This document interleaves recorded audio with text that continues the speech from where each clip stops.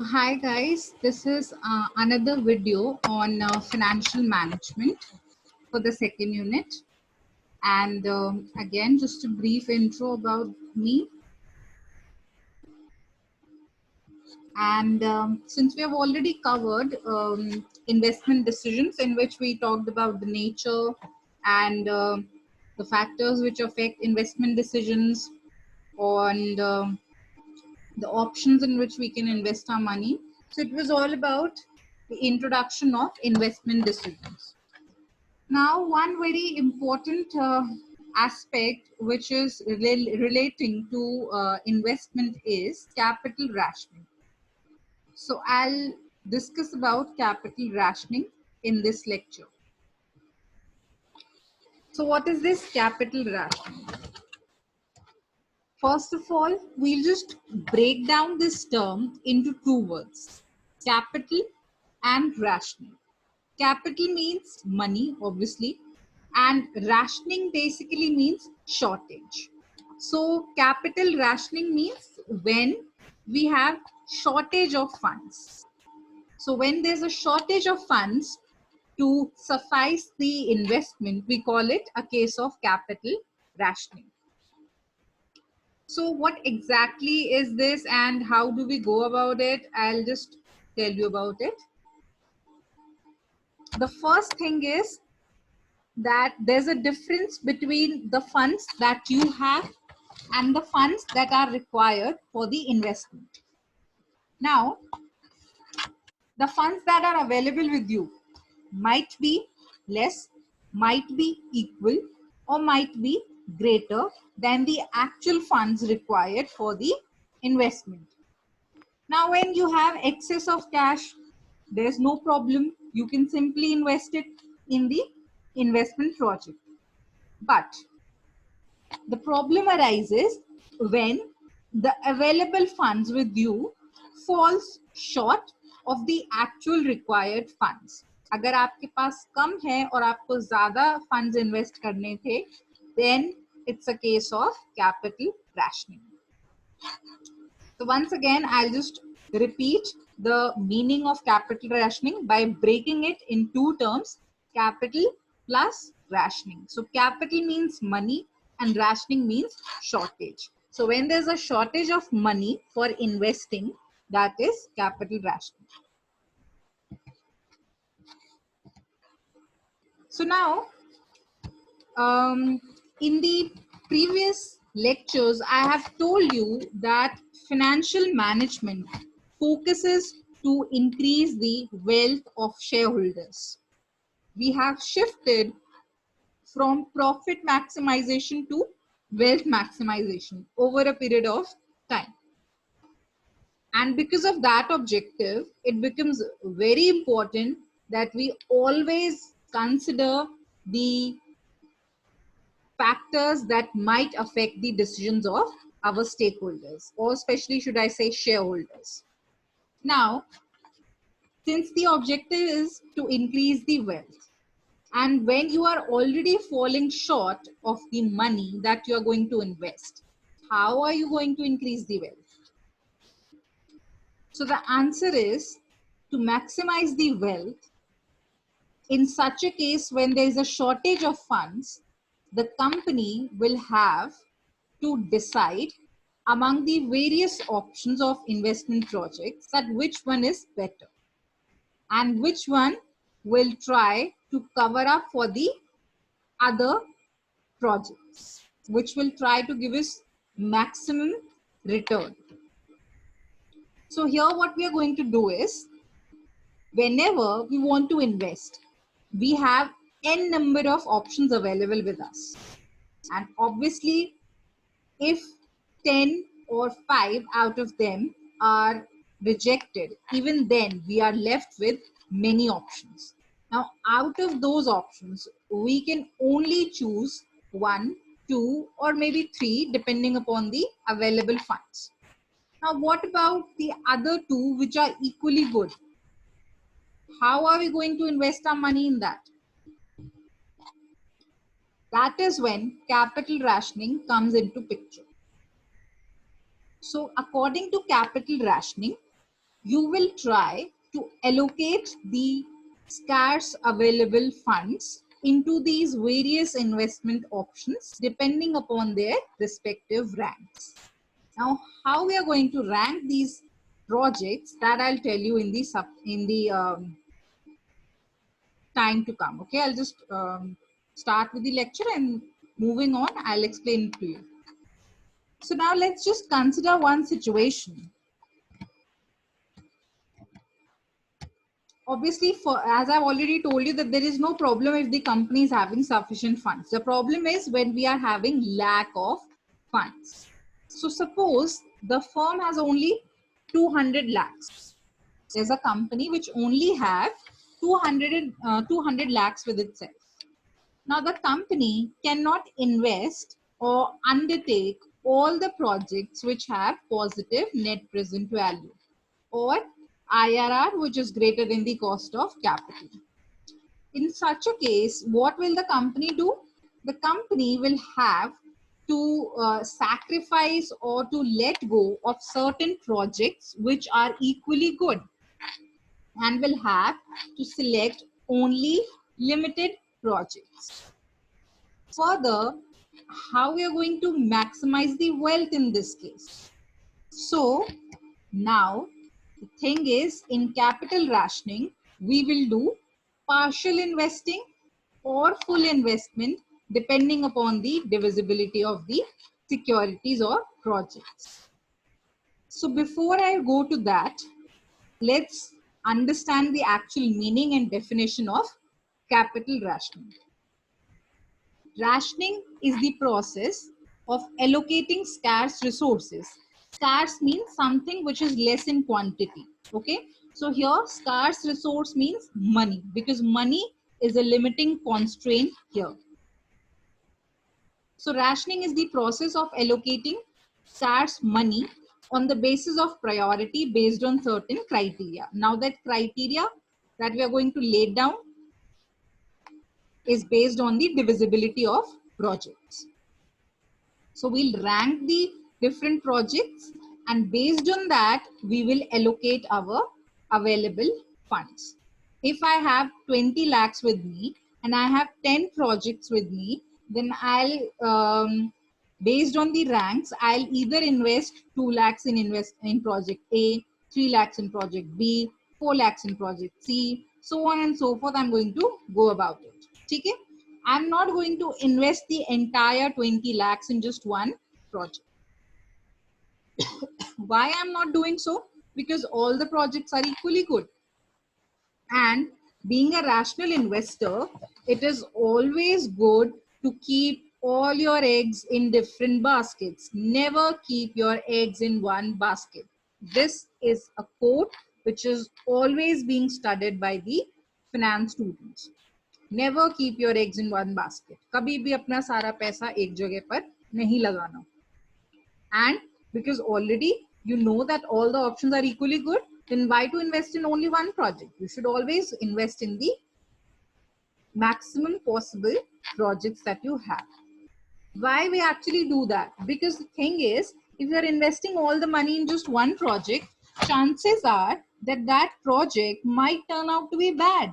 There are chances that the company who is running or operating that project might incur losses, and then your entire money will go in vain.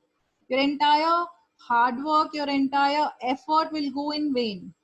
So to avoid such a situation, it is always preferred to invest the money in various projects.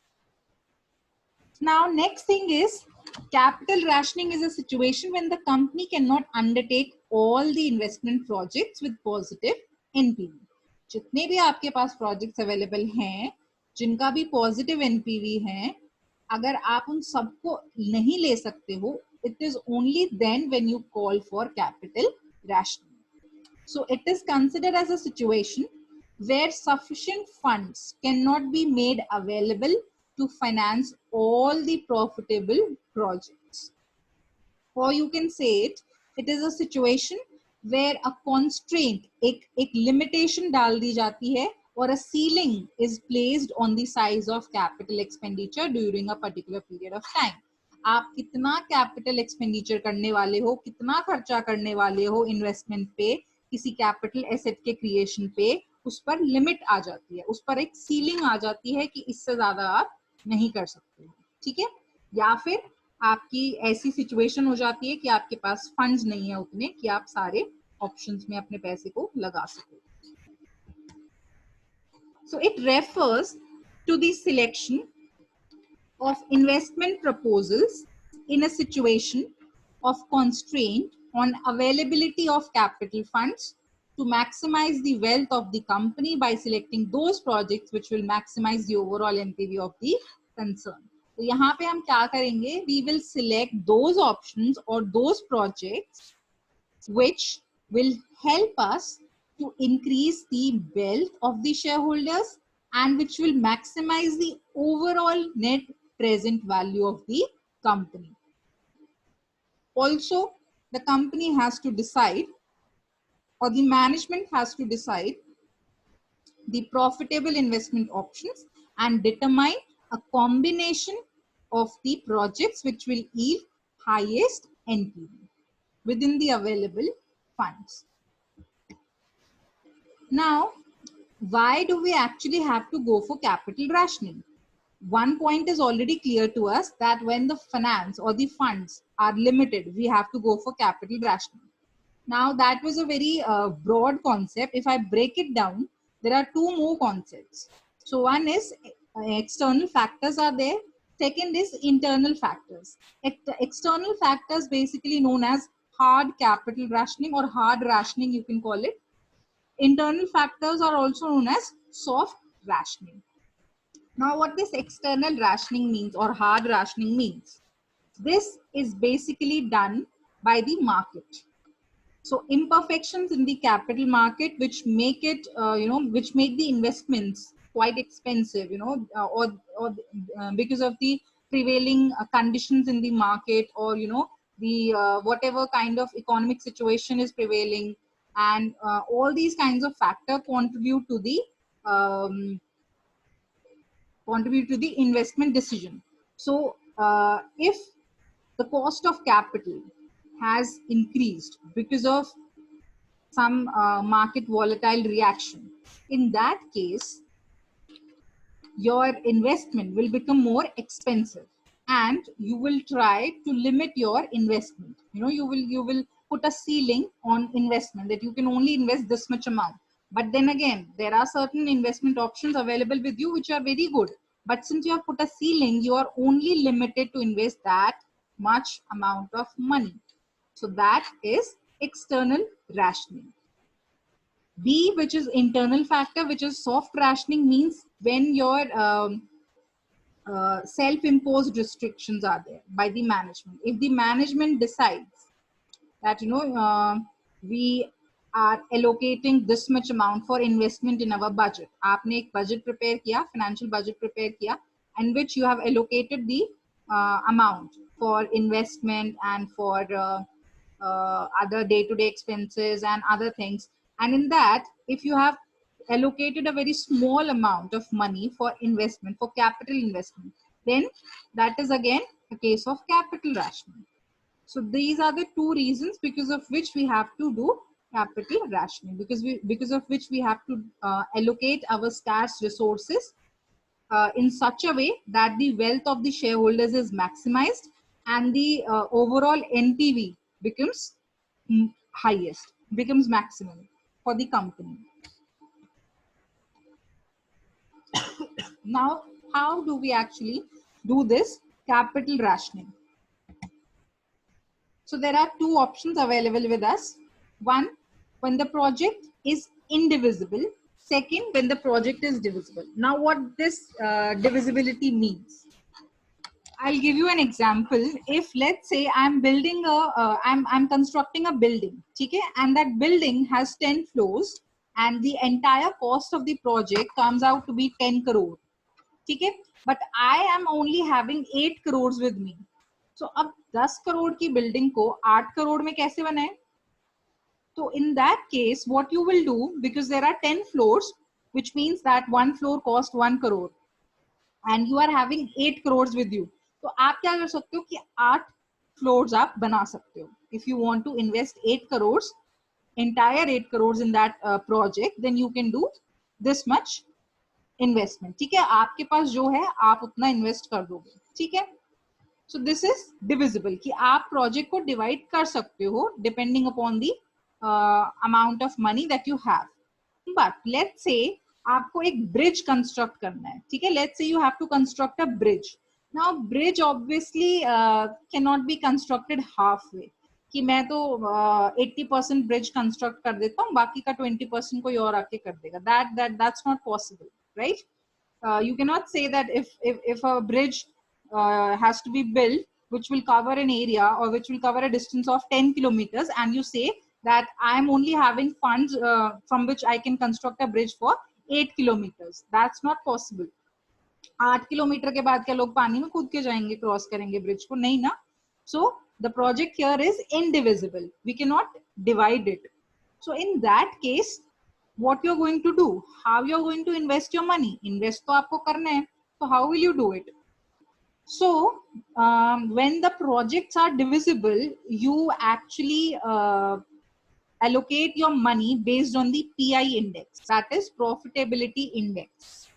And when the projects are indivisible, you divide it based on the NPV. ठीक है, उनकी net present value को देखकर you will rank all the projects and you will invest your money. Now this again, this PI and NPV I'll be discussing with you in the capital budgeting topic, which I'm going to do after this video, and your queries will be solved then, that what this profitability index and NPV index is all about. So this was capital rationing. I hope this is clear to you all. So now we'll move to next topic, that is cost of capital.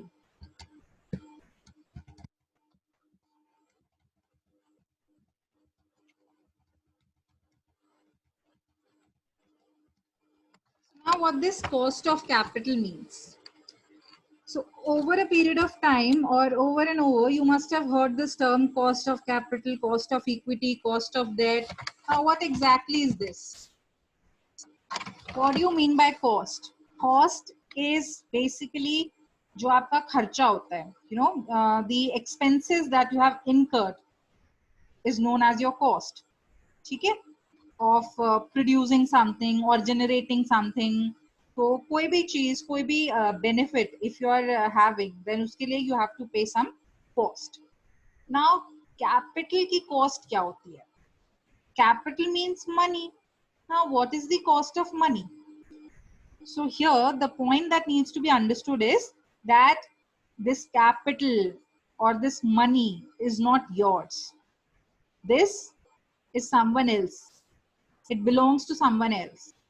Now if it belongs to someone else and that person is lending it to you, you are obliged to pay the cost for it. Okay, nobody gives you anything for free.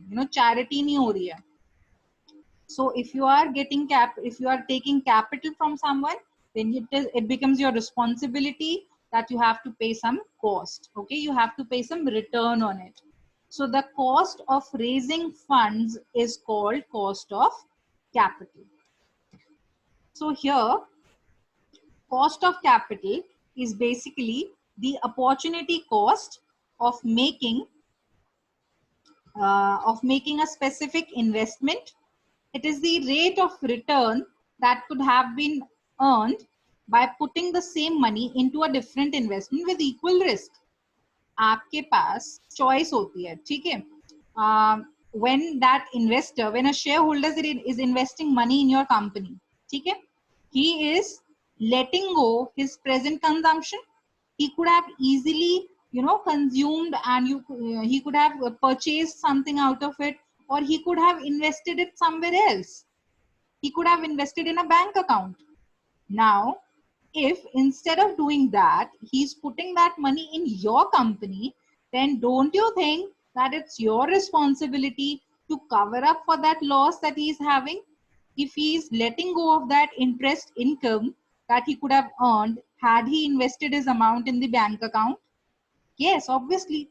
So you will pay some return to it. You will pay some return to the investor, and that is your cost of capital, the cost of raising funds. You are raising funds from them, you are raising funds from your investors, and the return that you pay to them is the cost of capital. And this cost of capital is again very important because it helps you to determine the rate of return that you are expecting from the investment. If the cost of capital is, let's say, 10%, then it is very natural to assume that whenever you are going to invest this money in some project, it should generate interest or it should generate return more than 10%. Otherwise, how you're going to cover this cost of 10%? You're going to cover it from the income that you're going to generate from the investment. So it should be more than the cost of capital. So it gives you a benchmark, it gives you an idea as to how much your rate of return should be. And on that basis, you will compare the various projects of investment. So now, since we talk about cost of capital, so what kind of capital are we talking about? So we'll cover debt, equity, and preferred equity. So we'll try to understand the cost of all these three things: debt, equity, and preferred equity.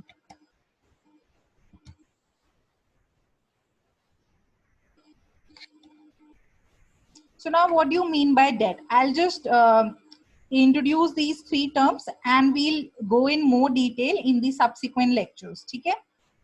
So now what do you understand by the term debt? Debt means debentures. So when do we issue debentures? First of all, the cost of capital, I'll tell you, cost of debt. The interest that you're going to pay to the debenture holders is your cost of debt.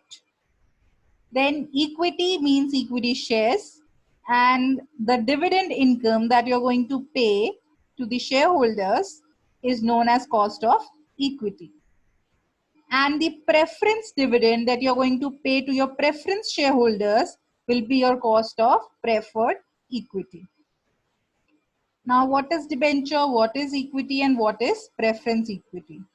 Debentures is a fixed charge investment. ठीक है? यहाँ पे the funds are borrowed, and equity में it's owner's fund because the investors or the shareholders become the owner of the company. And debentures are borrowed funds. They are borrowed because they do not get any ownership title. And you know, when a person is raising funds from these sources, it becomes very important to understand that are you comfortable with these options or not? If you are comfortable with debt, it means that you are in a sound financial position.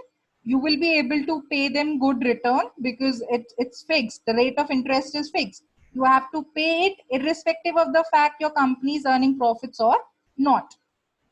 When we talk about equity, the return is not fixed, and it can vary from time to time depending upon the income, depending upon the the nature of income, or the trends in the income over a period of time. If the income or the profits are good, you can pay them high dividends, and if the profits are not so good, you will have to pay them lower dividends.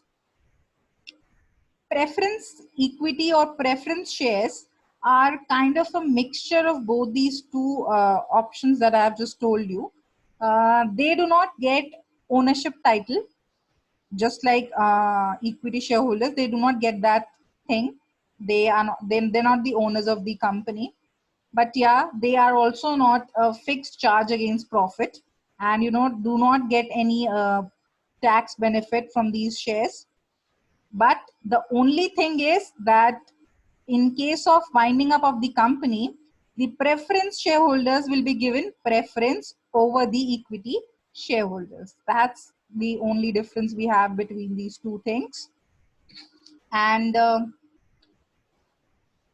I'll just end it here. Components of capital. I'll elaborate more about the actual cost of capital, how we calculate it in the next lecture. Okay. Now, before I end it, I'll give you the questions that you're going to do. So these are the two questions. First question is, what is the relevance of capital rationing in the present times?